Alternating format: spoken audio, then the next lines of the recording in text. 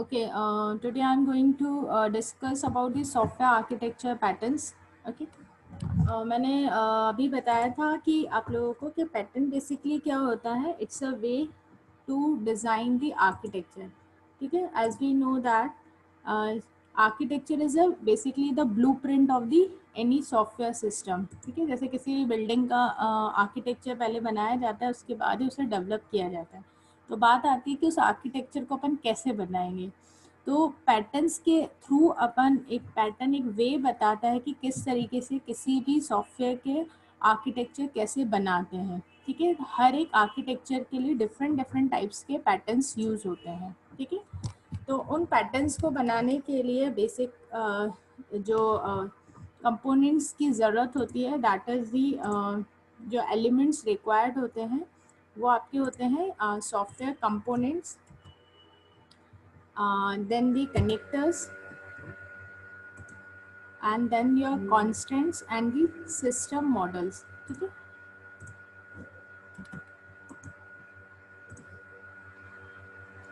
तो मैंने बताया था कि कंपोनेंट्स क्या होते हैं. बेसिकली क्लासेस होती हैं, फंक्शंस होती हैं, और बहुत सारी एक जब भी आप प्रोग्राम बनाते हो तो एक क्लास के थ्रू पूरा उसका इम्प्लीमेंटेशन नहीं करते हो. तो वैसे ही उन क्लासेस के बीच में या उन फंक्शनैलिटीज़ के बीच में कम्युनिकेशन कैसे होता है, तो उसके लिए कनेक्टर्स यूज होते हैं.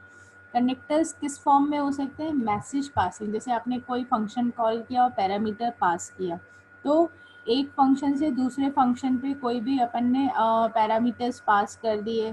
ठीक है, तो उनके बीच में जो पासिंग हो रही है वो क्या कहलाता है? कनेक्टर्स. कनेक्टर्स बेसिकली क्या प्रोवाइड करते हैं? Communication coordinations among the components. ठीक है, कॉन्स्टेंट्स क्या होते हैं? किस तरीके से कंपोनेंट को इंटीग्रेट करना है कि वो सिस्टम बन पाए. और मॉडल्स की हेल्प से ही अपन किसी हेल्प से अपन डिज़ाइनिंग कर सकते हैं सिस्टम्स की प्रॉपर्टी समझ के. ठीक है, तो ये कहलाता है आपके सेमेंटिक मॉडल. ठीक है, आप आर्किटेक्चर पैटर्न बनाए, आर्किटेक्चर स्टाइल्स होती हैं, वो अपन नेक्स्ट यूनिट में आपका आर्किटेक्चर स्टाइल्स. तो तब मैं डिफरेंस बताऊंगी कि पैटर्न और आर्किटेक्चर स्टाइल में डिफरेंस क्या होता है. ठीक है, तो उन दोनों में बेसिक एलिमेंट्स यही यूज होते हैं.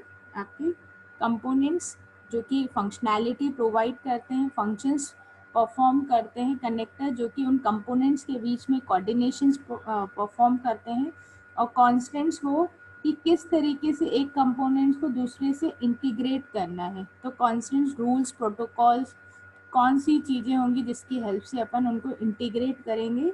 और सेमेंटिक मॉडल की हेल्प से अपन डिज़ाइनिंग परफॉर्म करते हैं, मतलब कि आर्किटेक्चर के बाद अपन डिज़ाइनिंग करके कैसे प्रोग्राम को इम्प्लीमेंट करते हैं. ठीक है, तो सबसे पहले अभी मैंने बताया था कि आर्किटेक्चरल पैटर्न्स आर दी वे, मतलब एक तरीके का वे बताता है कि किस भी सॉफ्टवेयर आर्किटेक्चर को कैसे डिज़ाइन करना है, तरीका क्या है. ठीक है, कि अपन उसको उस टाइप की यदि सिमिलर एप्लीकेशंस आ रही हैं उसको अपन रीयूज़ कर पाए. ठीक है, the architecture patterns are the way of capturing the proven and design structures so that can be reused.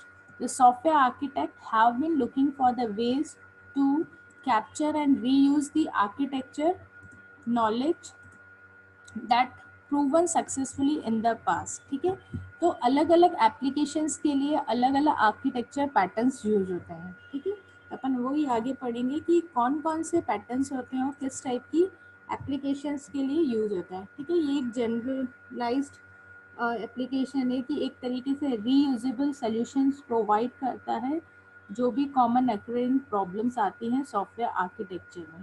ठीक है, तो जो पैटर्न्स होते हैं, एक होता है layered pattern, class client server pattern, master slave, pipe filter, broker, peer to peer, event bus, model view, black board and the interpreter patterns. ठीक है, अब जैसे कि लेयर्ड पैटर्न है तो ऑब्वियसली लेयर्ड का मतलब ही समझ में आ गया कि जो भी फंक्शनैलिटी परफॉर्म होगी वो लेयर के फॉर्म में होगी. लेयर आर्किटेक्चर का मतलब ही क्या होता है कि जो हायर लेवल वाली ये जो लेयर है अपना काम तब परफॉर्म किसकी हेल्प से करती है? जो ये इसके जस्ट नीचे वाली लेयर उसको सर्विस प्रोवाइड करती है. ठीक है, जैसे आप लोगों ने टीसीपी में भी पढ़ा है.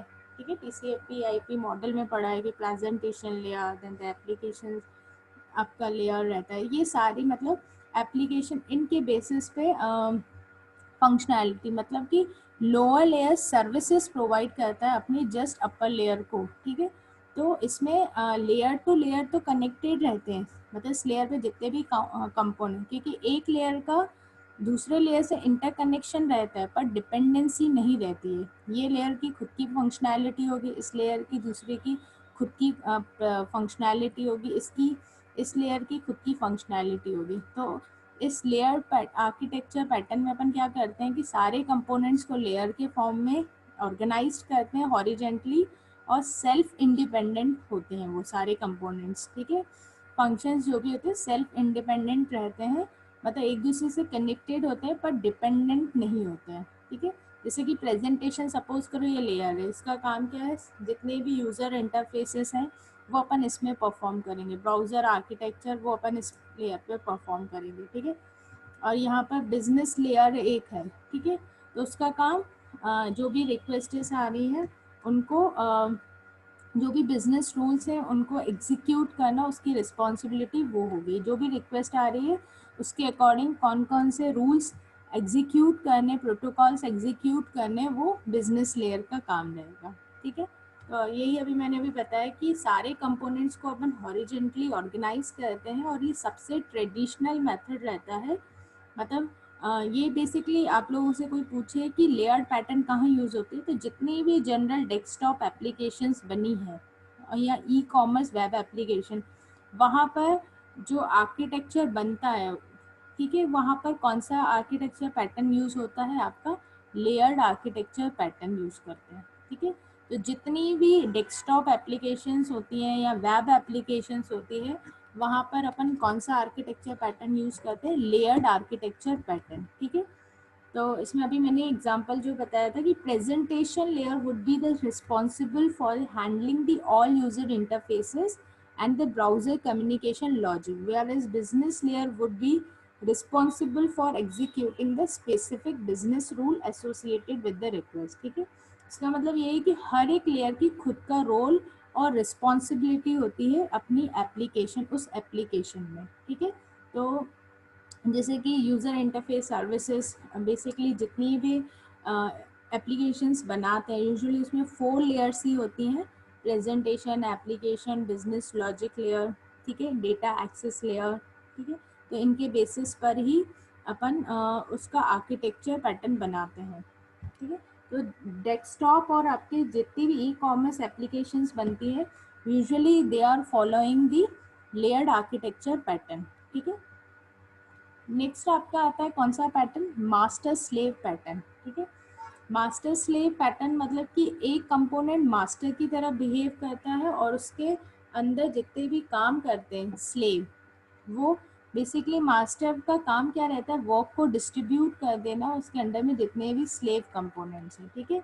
और उन स्लेव कंपोनेंट्स जो भी वो ऑपरेशन फंक्शनैलिटी परफॉर्म करते हैं उन पूरा ओवरऑल जो रिजल्ट कंप्यूट करता है, कब, जब वो स्लेव सारे अपना रिजल्ट उसको हैंड ओवर करते हैं, ठीक है। तो जैसे कि बात की जाए ये आर्किटेक्चर जितने भी आपकी डेटाबेस एप्लीकेशंस होते हैं वहाँ पर एक एडमिनिस्ट्रेटर होता है और एक स्लेव्स एडमिनिस्ट्रेटर्स रहते हैं, ठीक है। स्लेव